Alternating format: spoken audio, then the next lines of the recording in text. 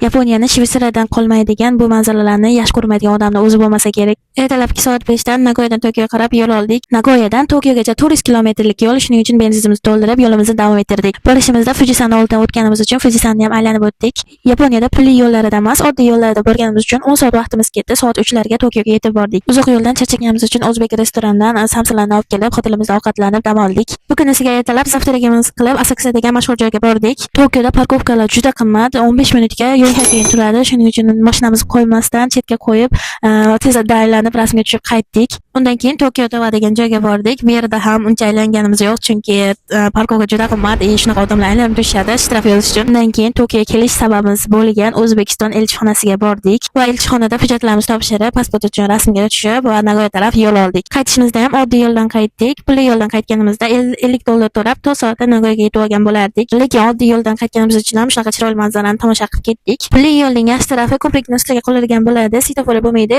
Shuning uchun katta tezlikda to'xtamasdan haydasangiz bo'ladi. Bu yo'lni o'zimizni bosib mashina haydaydigan haydovchilarga kerakli yo'l deb o'ylayman. Siz bo'lganingizda pulli yo'ldan yurib vaqtingizni tejarmidingiz yoki oddiy yo'ldan yurib pulingizni tejarmidingiz?